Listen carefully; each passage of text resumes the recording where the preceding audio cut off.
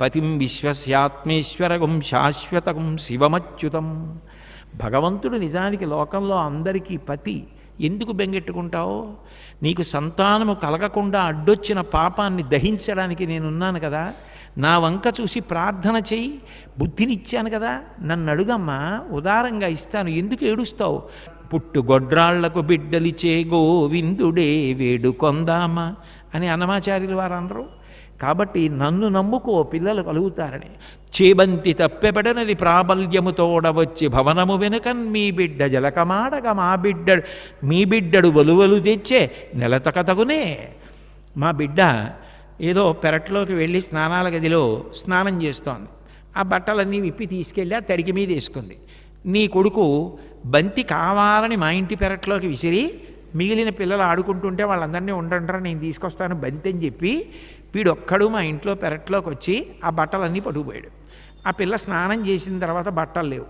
ఇలాంటి పనులు చేయొచ్చా మీ అబ్బాయి అని ఒక గోపికంది. నిజానికి ఏమిటంటే, నీటి యందు స్నానము ఒంటి మీద బట్ట లేకుండా చేయడం అనేటటువంటిది బహుదోషం.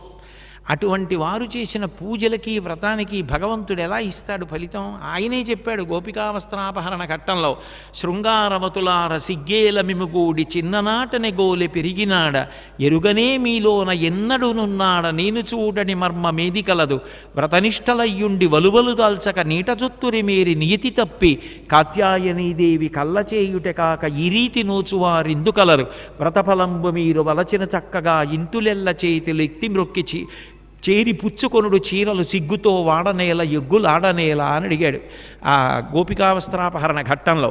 నీళ్లల్లోకి దిగి దిగంబరంగా స్నానం చేసిన, దిగంబరంగా నిలబడి నీళ్లు పోసుకున్నా నీటికి అధిదేవత అయినటువంటి వరుణుడి పట్ల అది అపచారం కదా. అటువంటి అపచారం చేస్తుంటే స్నానం చేసి నువ్వు చేసినటువంటి పూజకి దేవతలు ఎట్లా ఇస్తారు ఫలితం? స్నానం అన్నది పూజకి పూర్వాంగం అయింది కదా. అందులో గంగే యమునే చైవ గోదావరి సరస్వతి నర్మదే సింధు కావేరి యోజలేస్మిన్ సన్నిధిం కురు అని చెప్పి కదా స్నానంలో చల్లుకుని స్నానం చేస్తున్నావు. అయినప్పుడు నువ్వు స్నానం చేసేటప్పుడు ఒంటి మీద బట్ట లేకుండా స్నానం చేయడం ఎప్పుడు? ఆఖరణ చితి మీదకి తీసుకెళ్ళిపోయే ముందు ఉన్న బట్ట కూడా తీసేసి నీళ్లు పోస్తారు. శవస్నానం చేసినట్టు అదేం స్నానం? అలా చేస్తే మీకు ఫలితం వస్తుందా? అందుకని మీ బట్టలు అపహరించాను, దీనికి ప్రాయశ్చిత్తం చేతులెత్తి నమస్కరించండి, బట్టలు ఇచ్చేస్తానన్నాడు. వ్రతములు చేయిచునొక్కమారైన యవ్వారిన్ విచారించినన్ వ్రతభంగంబులు మాననట్టు వరదన్ వామాట్యులిక్షించయన్ గత చేలా ప్లవనంబు నేడు వ్రతభంగం బంచు జిత్నించి పాలతటన్యస్త కరబ్జలై సరసలీలన్ రొక్కిరట్లందరూ. అప్పుడు ఆ గోపకాంతలందరూ చేతులెత్తి మ్రొక్కి నమస్కరించి బట్టలు తీసుకుని ఆ కాత్యాయని వ్రతం చేసి వ్రత ఫలితాన్ని పొందారు. ఇక్కడ కూడా ఎందుకు వలువలు తీసేశాడు అంటే, దిగంబర స్నానం దోషము సుమా అని చెప్పడం కోసం. ఆయన చేసేటటువంటి ప్రతి లీల వెనక ఏదో అంతరార్థం ఉంటుంది. ఇట్లా శ్రీకృష్ణుని యొక్క లీలని వ్యాసుల వారు అనుభవించారు, పోతన గారు అనుభవించారు, మధుసూదన సరస్వతి స్వామి వారు అనుభవించారు, లీలాశుకుడు అనుభవించాడు. ఈ మధ్యకాలంలోనే ఇక్కడెక్కడో చెప్పా, శ్రీకృష్ణ కర్ణామృతంలో లీలాశుకుడు ఒక అద్భుతమైనటువంటి చోరలీల గురించి చెప్తాడు. ఆ గోపకాంతల్లో ఒక గోపకాంత ఏం చేసిందంటే, ఇంకా ఇట్లా కాదు, ఉట్టిలో పెట్టని ఆకాశంలో పెట్టని ఎత్తుకుపోతాడు, ఎందుకు వచ్చింది వాళ్ళ అమ్మేమంటోంది చెప్తే, మరి దొంగతనం చేస్తే పట్టుకు తీసుకురాపోయారా, సాక్ష్యంతో పట్టుకురాపోయారా అంటోంది కదా. దొంగతనం చేస్తుండగా చేతిలో వెన్న, మూతికి వెన్న ఉండగా పట్టుకుంటాననుకుంది. గుమ్మానికి ఎదురుగుండా తీసుకొచ్చి మంచి వెన్న కుండ ఒకటి పెట్టింది, బాగా కనపడేటట్టుగా పైకి వెన్న ఉండేటట్టు. అలా వెళ్ళిపోతున్నాడు పిల్లలతో కలిసి. చూశాడు, పాపం ఈ ఇల్లాలు మంచిది, నాకు ఇబ్బంది లేకుండా చక్కగా ఇక్కడ పెట్టింది వెన్న అనుకున్నాడు. ఆమె ఆ తలుపు చాటునే నక్కింది. రానే వచ్చాడు లోపలికి. చుట్టూ చూశాడు, ఎవరూ లేరు. ఏమిటో ఇంత ప్రేమగా పెట్టేశారు మరి అనుకున్నాడు. అనుకుని వెన్న చేత్తో తీశాడు, స్నేహితులందరికీ పెట్టాడు. గప్చిప్ ఎవ్వరూ మాట్లాడకూడదు. తినేశాడు, వెళ్ళిపోయారు ఒక్కొక్కరు. ఆఖరణ ఆయన మిగిలాడు. ఆయన ఇంకా నేనే కదా మిగిలాను అని కుండ లోపలికంటా చెయ్యట్టి, మరి అప్పటికే అందరికీ పెట్టేశాడు కదా, అందుకని లోపలికంటా చేపెట్టి వెన్న తీసి నోట్లో పెట్టుకోబోతున్నాడు. ఆ గోపిక తలుపు చాటు నుంచి టక్కుంచి చెయ్యట్టుకుంది. కస్వంబాల పలానుజ కిమిహతే మన్మందిరాశంకయా యుక్తం తం నమనీత పాత్ర వివరే హస్తం కిమర్థం యసైః మాతః కంచన వత్సకం మృగయితుం మాగా విషాదం క్షణ ఇత్యేవం వరవల్లవీ ప్రతివచ కృష్ణస్య పుష్ణాతునః. ఆవిడ చేయి పట్టుకుని అంది, కస్త్వం బాల, పిల్లడ ఎవర్రా నువ్వద్ది అంటే ఆయన ఏం చెప్పాలి, నా పేరు కృష్ణుడు అనాలి. నేను బలరాముడి తమ్ముడు అన్నాడు. బలరాముడి తమ్ముడు ఎందుకు ఇక్కడ అంటే ఛార్జ్ షీట్లో మంచి ఆయన పేరు కూడా ఉందనుకోండి, కేసు తొందరగా వీగిపోతుంది. అందుకని బలరాముడి పేరు తీసుకొచ్చాడు. కస్త్వం బాల బలానుజ. ఆవిడంది, ఓహో నీ పేరు చెప్పవన్నమాట. సరేలే ఇక్కడికి ఎందుకు వచ్చావు అంది. ఓసారి ఇలా చూశాడు. ఓ మన్మందిరా శంకయ, మా ఇల్లు అనుకున్నాను కాదా అన్నాడు. అమ్మ బాబోయ్ ఎంతకి తెగించావు, మీ ఇల్లు అనుకున్నావా, పోన్లే. యుక్తం తం నవనీత పాత్ర వివరైహస్తం కిమర్థం యసై, పోన్లే మీ ఇల్లు అనుకుని వచ్చేసావు, బాగుంది. మరి వెన్నకొండలో చెయ్యెట్టి అందరికీ పెట్టేసి ఎందుకు తిప్పి నువ్వు తింటున్నావు అంది. అంటే ఆయన అన్నాడు, అమ్మ కాసేపు గట్టిగా మాట్లాడకుండా ఉంటావా, నీకోటి చెప్తాను. మా దూడ ఒకటి తప్పిపోయింది, అది కుండలో దూరిపోయిందేమో అని చెయ్యి పెట్టి తిప్పి వెన్న తీసి చూసుకుంటున్నాను. నువ్వేమిటి అలా గట్టిగా అరుస్తున్నావు, ఆ దూడ గబుక్కుని దూకి పారిపోతే మళ్ళీ నేను ఎంత కష్టపడాలి పట్టుకోవడానికి, కాసేపు మాట్లాడకుండా ఉంటావా అన్నాడు. దూడ కుండలో దూరితే వెతుక్కుంటున్నావా అని ఆవిడ చెయ్యి వదిలేసి ఆశ్చర్యంగా ఇలా చూసింది, వెళ్ళిపోయాడు. ఇత్యేవం వరవల్లవి ప్రతివచ కృష్ణస్య పుష్ణాతునః. ఇలా గడుసుతనంతో జవాబు చెప్పి పారిపోయినటువంటి చిన్ని కృష్ణుడు మమ్ము కాపాడుగాక. నిజానికి ఇవి ఏదో శ్రీకృష్ణ కర్ణామృతం చెప్పినప్పుడు ప్రత్యేకంగా చెప్పేవి అయితే, నేను ఇవాళ ఇది చెప్తున్నానంటే నాకు మా రంగాచార్యులు గారి మీద ఉన్నటువంటి ప్రేమ. పాప ఆయన అడిగారే కృష్ణలీల అన్నారని కృష్ణ కర్ణామృతంలోవి కూడా కొన్ని కలిపి చెప్తున్నాను. అయితే కృష్ణుడి యొక్క చేష్టితాలకి గోపిక ఆశ్చర్యపోవడం ఒక ఎత్తు అయితే, గోపిక మాటలకి కృష్ణుడికి నోరు రాక ఆగిపోయిన వృత్తాంతాలు కూడా ఉన్నాయి. రాధాదేవి అనుకోండి, రోజు ఆవిడ మా ఇంటికి రమ్మని అడిగేది, చీకటి పడ్డాక వస్తానంటుండేవాడు. రోజు ఆవిడ ఎదురు చూడడం, ఈయన వెళ్ళకపోవడం. ఆవిడ విసిగెత్తిపోయింది, ఇంకా రాడు అనుకుంది. ఓ రోజు వచ్చాడు, వచ్చి తలుపు కొట్టాడు. ఆవిడ కనిపెట్టింది వచ్చాడని. కానీ ఇన్నాళ్ళు రమ్మంటే రాకుండా ఇన్నాళ్ళకు వచ్చాడు కొంటి కృష్ణుడు, ఇన్నాట పట్టించాలనుకుంది. అంగళ్యాహ కవాటం ప్రహరతి, ఎవరు తలుపు కొడుతున్నది అంది. కుటిలే మాధవ. తెలియనట్టు అడుగుతావే, వస్తానని చెప్పాను కదా, వచ్చాను. ఇక్కడ ఇలాగే నిలబడి మాట్లాడుతుంటే నలుగురు చూస్తే కంఠం గుర్తుపడితే బాగుంటుందా? ఓ కుటిల బుద్ధి ఉన్నదానా, కావాలని అడుగుతావేంటి, నేను మాధవుణ్ణి వచ్చానన్నాడు. కుటిలే మాధవ అన్నాడు. ఆవిడంది, కావాలని ఆవిడ ఏడిపించాలనుకుంది కదా మరి. ఓ మరి ఆ మాట చెప్పచ్చు కదా, తలుపు తీసేస్తాను. కిం వసంతో, మధుమాసము మాధవ మాసము అని చైత్ర వైశాఖ మాసాలకి పేరు. వసంత ఋతువుకి మాధవ ఋతువు అని. అందుకని ఓహో వసంతుడి వచ్చావా, వసంత ఋతువులో వసంతుడివి, ఇది ఎక్కడి బాధ అర్థం కానట్టు ఇలా కావాలని అడుగుతుందని ఒక నిమిషం ఆగి, నువ్వు కిం వసంతో అంది. నో చక్రీ అన్నాడు. కాదు నేను చక్రిని వచ్చాను అంటే సుదర్శన చక్రం పట్టుకునేవాడిని వచ్చాను. ఆవిడంది, మరి అది చెప్పమే. కిం కులాలో, కుండలు చేసేవాడి వచ్చావా, ఆయన చక్రం మీద కుండలు చేస్తుంటారు కదా, కిం కులాలో అంది. ఇది ఎక్కడి బాధ ఇలా మాట్లాడుతుందని. నహి ధరణీధర, కాదు కాదు నేను కుమ్మరివాణ్ణి కాదు, ఈ భూమినంతటినీ భరించేవాణ్ణి అన్నాడు. ఆవిడంది, మరి ఆ మాట ముందు చెప్పచ్చుగా, ఇవన్నీ ఎందుకు చెప్పడం ఈ పేర్లన్నీ, ఇప్పుడు నాకు అర్థమైంది. కిం ఫణీంద్ర ద్విజిహ్వ, రెండు నాలుకలు ఉన్నవాడివి, ఫణీంద్రుడివి, పావులకి పెద్దవాడివి, ఆదిశేషుడు భూమిని భరిస్తాడు కదూ, ఆదిశేషుడు వచ్చావా అంది. అయ్య బాబోయ్, కావాలని ఈ మనిషి నేను ఏం చెప్పినా వక్రభాష్యం చెప్పి నేను కృష్ణుండని తెలియనట్టుగా అదే పనిగా ప్రశ్నలేస్తోంది నన్ను. ఈ మాట ఈవిడ ఎట్లాగైనా తప్పించుకోకుండా చెప్తాననుకున్నాడు. అనుకుని నహి ధరణీధర అన్నాడు కదూ, అంటే ఆవిడేమో ఆదిశేషుడువా అంది.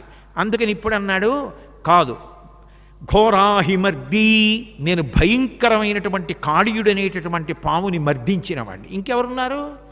పాముని మర్దించినవాడు ఆయనే ఉన్నాడు. యశ దామోదరు పాదఘాతనకతుల్వేవేల చందంబులన్ ప్రసభాటోపమజూపమాఫపణ భృచ్చటామండలంబ సహంబై పగిలెన్ మడుల్ చెదరగా నాశ్యంబులన్ సోణితం బెసగన్ దంష్ట్రల నుగ్గుగా గరళ వహ్నిజ్వాలికల్ వెల్వడన్, నూటొక్క పడగలు పగిలిపోయేట్టు తొక్కి నృత్యం చేసినవాడు ఆయనే. కాబట్టి ఘోరాహిమర్దీ, పెద్ద పాముని మర్దించిన వాడిని వచ్చానన్నాడు. ఆవిడంది, ఇప్పుడు అర్థమైంది నాకు. ఖగపతి, నువ్వు గ్రద్దలకి పెద్దవాడివి, గరుత్మంతుడు వచ్చావు, ఆయనే కదా పాముల్ని మర్దిస్తాడు అంది. ఇదేమిటి, ఎన్ని చెప్పినా ఇలా వక్రభాష్యం చెప్తుంది, ఈ మనిషి తలుపు తీదు, ఇలాగే మాట్లాడుతూ కూర్చుంటే ఎవడో చూసి గుర్తుపట్టి ఈ రాత్రి వేళ ఇక్కడికి ఎందుకు వచ్చావు, నీకేం పని అంటే, ఇంకేమైనా ఉందా అని, నో హరిహి, నేను హరిని అన్నాడు. హరి అన్న మాట కోతికి కూడా ఉంది. ఆవిడంది, కిం కపీంద్ర, ఓ పెద్ద కోతి వచ్చావా. ఇత్యేవం వరవల్లవి ప్రతివచన జిత కృష్ణస్య పుష్ణాతునః. ఇట్లా అక్కడ ఉన్నటువంటి గోపిక అడిగిన ప్రశ్నలకి ఇంకా జవాబు చెప్పలేక, ఎన్ని పేర్లున్నవాడు ఏ పేరు చెప్పినా ఆవిడ అటువంటి భాష్యం చెప్తుంటే ఇంకా తన పేరేది చెప్పుకోవాలో తెలియక, ఇక జవాబు చెప్పలేక నిలబడిపోయినటువంటి కృష్ణుడు మమ్ము రక్షించుగాక అన్నాడు లీలాశుకుడు. అట్లా ఎన్ని బాల్యలీలలో మహానుభావుడివి. మఖము చేయ వజ్రిమది సంతసింపును వజ్రి సంతసింప వానకురియు వానకురిసి గసవు వసుమతిపై పెరుగు గసవు మేసి ధేను గణము బ్రతుకు. ఒకనాడు నందాదులందరూ బృందావనంలో కూర్చొని పెద్దవాళ్ళు మాట్లాడుకుంటుంటే చిన్ని కృష్ణుడు వెళ్ళాడు. ఏమిటి నాన్నగారు మాట్లాడుతున్నాడన్నారు.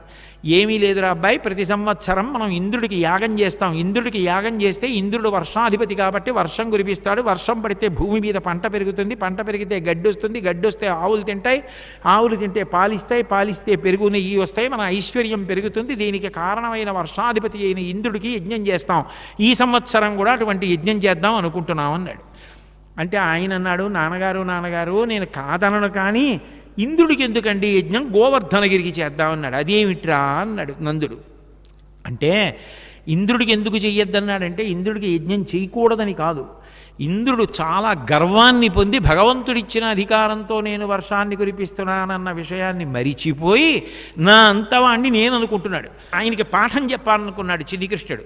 అందుకని ఆయనకెందుకు, మనం గోవర్ధనగిరికి చేద్దాం నాన్నగారు. నిజంగా ఆవులు దూడలు ప్రత్యక్షంగా కనపడుతున్నది, గడ్డిని తింటున్నది ఎక్కడ, గోవర్ధనగిరి మీద.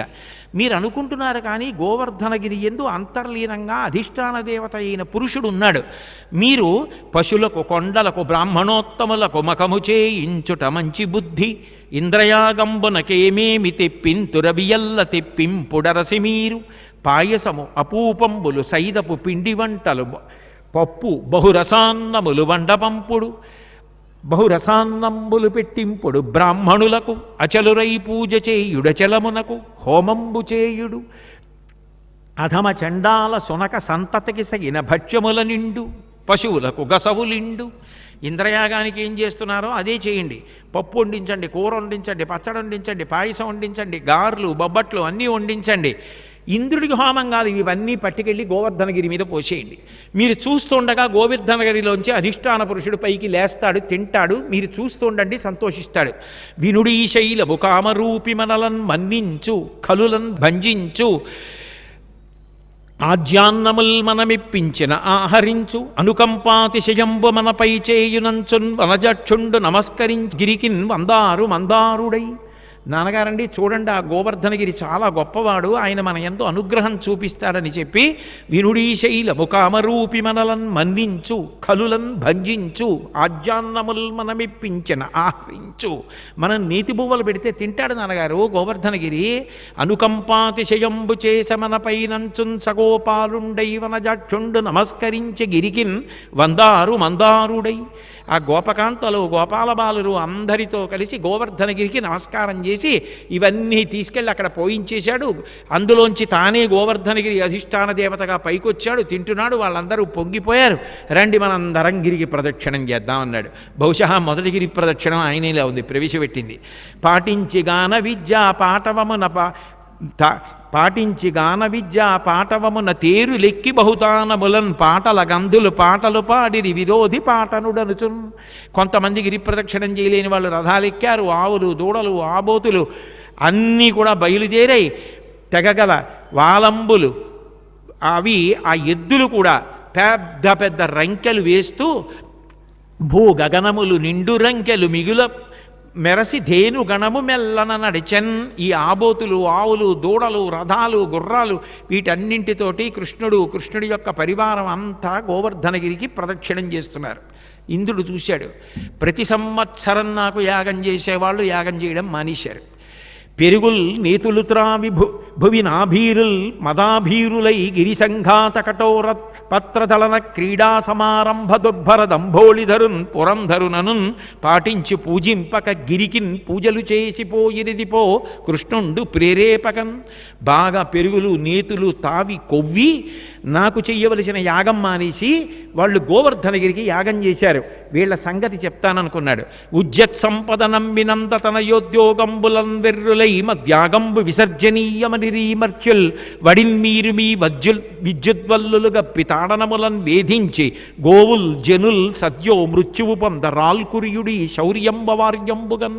పుష్కరామర్తక మేఘాల దగ్గరికి వెళ్ళి వాటి గొలుసులు విప్పేసి తాళాలు తీసేసి మీరు వెళ్ళి భయంకరమైన ఉరుములు, మెరుపులు, పిడుగులతో వర్షాలు గర్జించండి. అటువంటి రాళ్లవాన, వడగళ్ల వాన కురిపించండి. గోవులు, దూడలు, అక్కడ ఉన్నటువంటి గోపాల బాలురు, గోపకాంతలు అప్పటికప్పుడు చచ్చిపోవాలన్నాడు.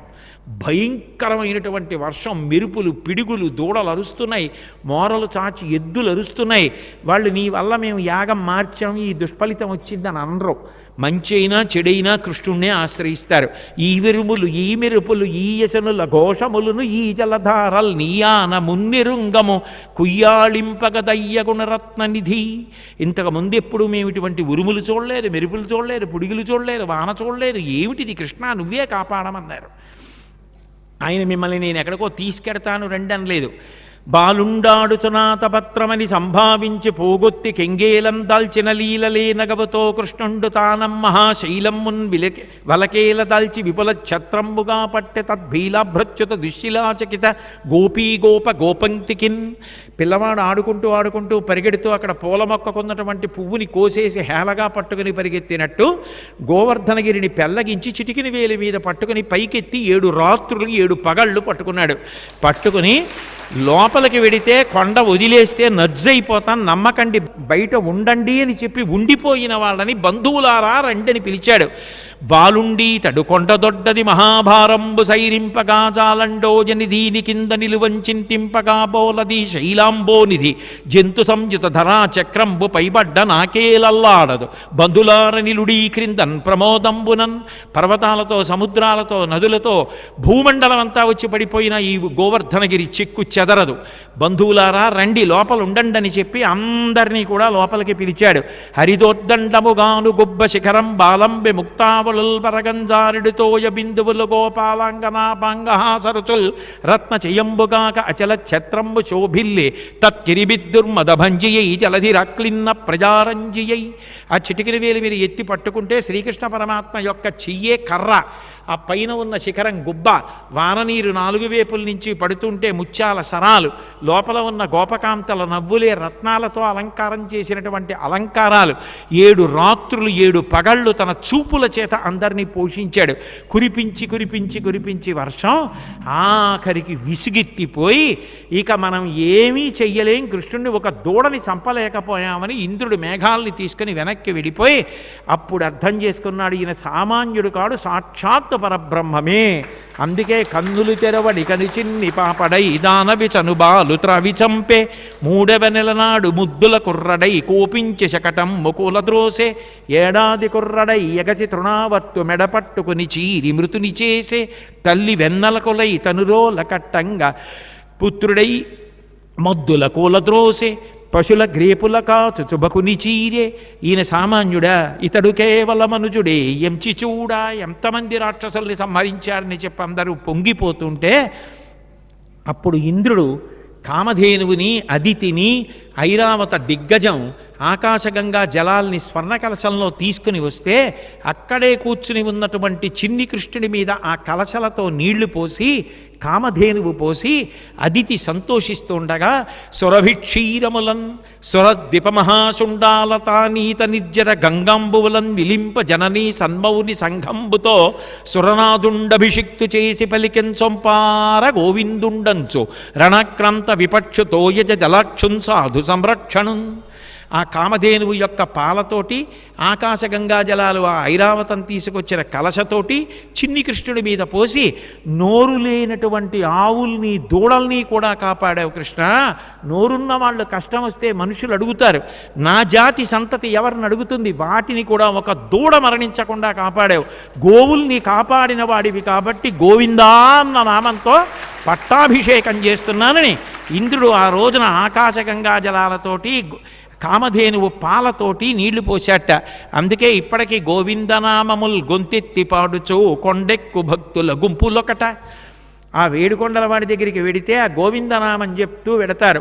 ఆ ఆనంద విమానం ఎదురుగుండా ఉన్నటువంటి మొట్టమొదటి గడప దగ్గరికి వెళ్ళేటప్పటికి ఎదురుగుండా ఉన్న గొట్టానికి ఉన్న కన్నాలలోంచి నీళ్లు తమంత తాము స్రవిస్తూ ఉంటే ఆ ద్వారం ఎదురుగుండా ఉన్న ఎర్రతివాచి మీద నిలబడేటప్పటికి మన ప్రయత్నం లేకుండా మన అరికాళ్ళు కడిగేసుకుని అటు ఇటు శంఖనిధి పద్మనిధి అనబడేటటువంటి పురుషులు అక్కడ ఉంటే లోపల ఉన్నవాడు మహదైశ్వర్య సంపన్నుడు, శౌచంతో వెళ్ళండి అని గుర్తుపట్టి వాళ్ళకి నమస్కారం చేసి పెద్ద గడపని దాటి లోపలికి వెళ్ళి కుడి చేతి పక్కన గోడ మీద వేలాడుతున్న గుణపాన్ని చూసి దాని కింద వివిధ భాషల్లో రాయబడి ఉంటే తెలుగులో గడ్డపార అని ఉంటే ఒకానొకప్పుడు అనంతాచార్యుల వారు పూల తోట పెంచి మొక్కలు పెంచుతూ ఉంటే ఈ గడ్డపార పెట్టే వెంకటేశ్వర స్వామి వారిని అనంతాచార్యుల వారు కొట్టారు.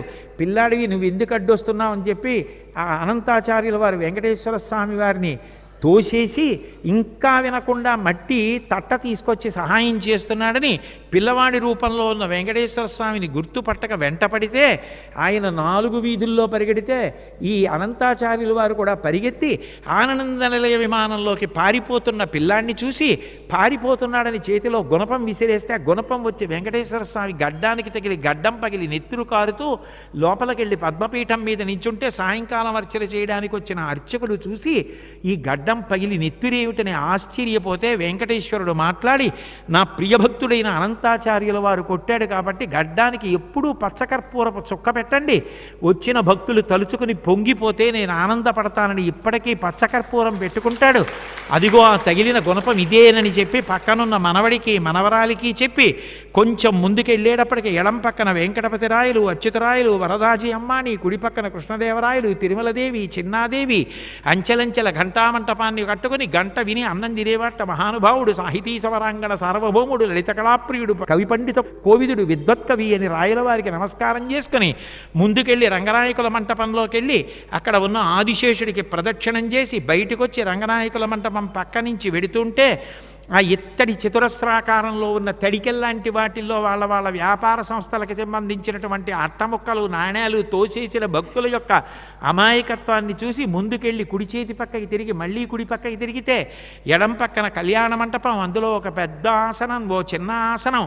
ఆ పెద్ద ఆసనంలో వెంకటేశ్వర స్వామి కూర్చుంటారు, చిన్న ఆసనంలో దేవేరులు కూర్చుంటారు. కళ్యాణం అయ్యాక ఇద్దరిని తీసుకొచ్చి స్వామివారి పక్కకి చేరుస్తారని మనవలకి చెప్తూ ముందుకెడుతుంటే తెలియక మనవడు అక్కడ ఉన్నటువంటి ఆ ఇత్తడి గిరికీలతో కూడుకున్న తడికి గిరికీలు తిప్పుతుంటే తప్పురా దేవుడి సొమ్మల తిప్పక ఊడిపోతాయి పాడైపోతాయని చెప్పి ముందుకు నడుస్తుంటే ఎడం పక్కన వంటలు చేయడానికి వెడుతున్నటువంటి ఇంధనానికి సంబంధించిన వాయువుకి సంబంధించిన ఎర్ర గొట్ట ఉంటే కాలు తగులుతుంది చూసుకోమని భార్యని హెచ్చరించి కొంచెం ముందుకెడుతూ కుడి పక్కకి చూస్తే రాజా తోడ్రమల్ మోహనాంగి పితా బి కనపడితే ఒకప్పుడు దేవాలయాన్ని కాపాడిన మహానుభావుడని ఆయనకి నమస్కారం చేసి ముందుకెళ్ళి ధ్వజస్తంభాన్ని చూసి దానికి కట్టిన దర్భలు, ఆ పైన ఉన్నటువంటి ఆ అచ్చానంలోంచి పై వరకు ఉన్న ధ్వజస్తంభాన్ని చూసి పీవీఆర్కే ప్రసాద్ గారిని గుర్తు తెచ్చుకుని ప్రదక్షిణం చేసి నేల మీద పడి నమస్కారం చేసి ముందుకొచ్చి ఆ గట్టెక్కుతుంటే ఎడంచేతి పక్కన హాతీరాం బావాజీతో పాచికలాడుతున్న కృష్ణ పరమాత్మ మూర్తి ఆ పక్కనున్న గాజు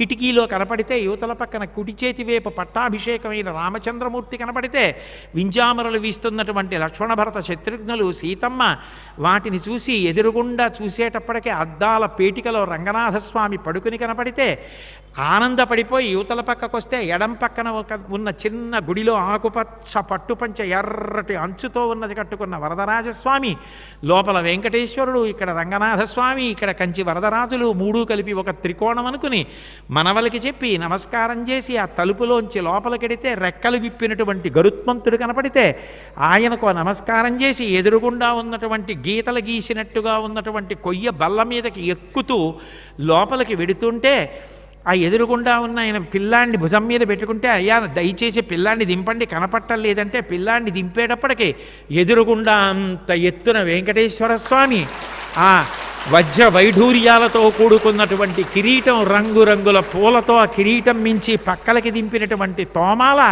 దగ్గరగా వెళ్ళి మొదటి గడప దగ్గర నిలబడి చూసేటప్పటిగా ఆయన శ్రీపాదాలు, దాని మీద అలంకారమైన తులసి, మోకాళ్ళ దగ్గర వరకు ఉన్న అందెలు, నడుముకి పెట్టుకున్నటువంటి అష్టలక్ష్మి వడ్డాణం, నందక ఖడ్గం నిలువుగా దోపుకుని బలిష్టమైనటువంటి తొడలు, వజ్ర వైఢూర్యాలతో కూడుకున్నటువంటి వరదహస్తం, ఇందరికీ అభయమ్ములిచ్చు చేయి అని ఆ చెయ్యిని చూసి, ఆ భుజానికి పెట్టుకున్న నాగాభరణాలు, కొంచెం పైకి చూసేటప్పటికి చెవులకు పెట్టుకున్న మకర కుండలాలు, ఆ పైన పెట్టుకున్నటువంటి పెద్ద కిరీటం, ఆ చేతిలో పైన పట్టుకున్నటువంటి చక్రం, ఇట్లా పక్కకి చూసేటప్పటికి ఆ మకర కుండలాలు, మళ్ళీ యువతలకి చూసేటప్పటికి భుజానికి ఉన్న నాగాభరణాలు, కిందకి ఉన్నటువంటి చెయ్యి అది నడుం మీదకి పెట్టుకుని ఉండి, గడ్డం మీద పసుపు పచ్చకర్పూరం యొక్క చుక్క, చిన్న మూతి, చక్కగా చిరునవ్వు నవ్వుతున్న మూతి, పెద్ద ఊర్ధ్వపుండ్రాలు, కన్నుల మూసుకుని మనలోకి చూస్తున్నాడా అన్నట్టుగా ఉన్న వెంకటేశ్వర స్వామి ఆ యువతల వైపు చెయ్యి దాటిన తరువాత ఆయన యొక్క తొడ పార్శ్వం ఆ కింద వరకు చూసి హారతి పెద్ద పరికరంలో పట్టుకుని ఇలా హారతి తిప్పుతుంటే ఆయన పాదాలు, ఆయన మోకాళ్ళు, ఆ నందక ఖడ్గం, సాలగ్రామాల మాడలు, ఆ పుష్పాలు, మెడ దగ్గర అడ్డంగా వేసిన మాల, నిలువుగా వేసిన పుష్పాల మాలలు, ఆ ఎడం పక్కన ఉన్నటువంటి వరదహస్తం, ఆ పైన ఉన్నటువంటి మకర కుండలాలు, ఆ సుదర్శన చక్రం, ఆ పైన చిన్న ఆ పచ్చకర్పూరం యొక్క బొట్టు, ఆ ముక్కు సంపంగి పువ్వులాగా, ఆ చిరునవ్వు నవ్వుతున్నటువంటి నవ్వు, ఆ కన్నులు, ఆ తల, పైన వజ్రవైఢూర్యాలతో కిరీటం, ఆ పైనుంచి తోమాల, మళ్ళీ ఇటు చూసేటప్పటికి మకర కుండలాలు, ఇటుపక్క శంఖం, ఆ చెయ్యి, ఆ నడుం మీద పెట్టుకున్న చెయ్యి, ఆయన నాభి అక్కడక్కడ బట్ట అంటించుకున్నాడు అని తరిగొండ వెంగమాంబ గారు చెప్పినట్టు కట్టుకున్నటువంటి పట్టుబట్ట, ఒంటి నిండా హారాలు, ఆ పైనుంచి కిందకి ఇలా దింపేటప్పటికి హారతి, ఆ పచ్చటి పట్టుబట్ట ఆకుపచ్చటి అంచుతోటి ఇలా ముందుకొచ్చినట్టుగా ఉన్నటువంటి గుండెలు, అందులో శ్రీదేవి భూదేవి వాళ్ళకి చుట్టిన మాలలు, హారతి కింద నుంచి పైకి తీస్తుంటే ఆ దివ్యమంగళమూర్తిని చూసి ఆనందపడిపోయి గోవిందా గోవిందా అని చెప్పి గట్టిగా ఆయన నామం పలికి హారతి ఇచ్చిన హారతి పట్టుకుని అర్చకుడు వెనక్కి తిరిగి బయటికి వస్తుంటే కళ్ళకద్దుకుని స్వామి పాదాల దగ్గర ఉన్న చల్లటి అరటిపండు చేతిలో పెడితే అక్కడే తొక్క తీసి ఓ ముక్క నోట్లో వేసుకొని కన్నీళ్లతో ఆనంద భాష్పాలతో ఆయనకి నమస్కారం చేసి, జీవితంలో ఎప్పుడూ వెనక్కి తిరిగి నడవడమే అలవాటైన వాడిలా మెల్లిగా నడుస్తూ వస్తూ స్వామి వంకే చూస్తుంటే వెళ్ళేటట్టు లేడని తెర వేసేస్తే మనసు బరువైపోయి కొంచెం ముందుకొచ్చి మళ్ళీ చర్రని చప్పుడయ్యేటప్పటికి ఇలా చూస్తే స్వామి కనబడితే ఆనందపడిపోయి బయటికి వెళ్ళి కుడి పక్కకి తిరిగితే ఘంటాపాణి గంట కొడుతున్నటువంటి స్వామి అక్కడ కూర్చుని ఉంటే ఆ గంటలు చూసి కొంచెం ముందుకెళ్ళి కిందకి దిగి ఇలా చూసేటప్పటికీ ఆ పైన వైకుంఠద్వారం, అక్కడ పడుకున్నటువంటి క్షీరసాగర శయనుడైనటువంటి స్వామి, ఆ నాభికమలం, అందులోంచి వచ్చిన బ్రహ్మగారు, పాదాలెత్తుతున్న లక్ష్మీదేవి, ఇది ఉత్తర ద్వారమే, వైకుంఠ ఏకాదశి నాడు ఇందులోంచి వెళ్ళి స్వామిని చూస్తారని వైకుంఠద్వారం చూపించి అక్కడ నుంచి ముందుకొచ్చి 4 మెట్లెక్కి అక్కడ కుడి పక్కనున్న బావిని చూపించి ఇది భూదేవి బావి, దీనితో వంట చేస్తారని ముందుకెళ్ళి ఎడం పక్కకి తిరిగి మళ్ళీ లోపలికి వెడితే యశోదమాత వకుళమాతగా ఇప్పటికీ వెంకటేశ్వరుడి తల్లిగా అక్కడ కూర్చుని ఎదురుగుండా ఉన్న గోడలకున్న కన్నాలలోంచి స్వామివారికి వండుతున్న వంటల్ని తల్లిగా పర్యవేక్షిస్తుంటే, అమ్మా ఎంత అదృష్టవంతురాలివమ్మా, స్వామికి కృష్ణావతారంలో తల్లివి, వెంకటేశ్వరావతారంలో తల్లివి, వకుళమాతవి, మనందరికీ ఎప్పటికీ ఆ స్వామి యొక్క నిర్హేతుక కృపా కటాక్షణములు అట్లాగే ఉండాలి. మనం చక్కగా భక్తితో బ్రతికేటట్టుగా ఆయన అనుగ్రహించాలని కోరుకుంటూ, మంగళాశాసనపరై మదాచార్య పురోగమై సర్వైశ్చ పూర్వైరాచార్యై సత్కృతాయాస్తు మంగళం. మంగళం కోసలేంద్రాయ మహనీయ గుణాత్మనే చక్రవర్తి తనూజాయ సర్వభౌమాయ మంగళం. ఉమాకాంతాయ కాంతాయ కామితార్థప్రదాయినే శ్రీగిరీశాయ దేవాయ మల్లినాథాయ మంగళం. సర్వం శ్రీ ఉమామహేశ్వర పరబ్రహ్మార్పణమస్తు.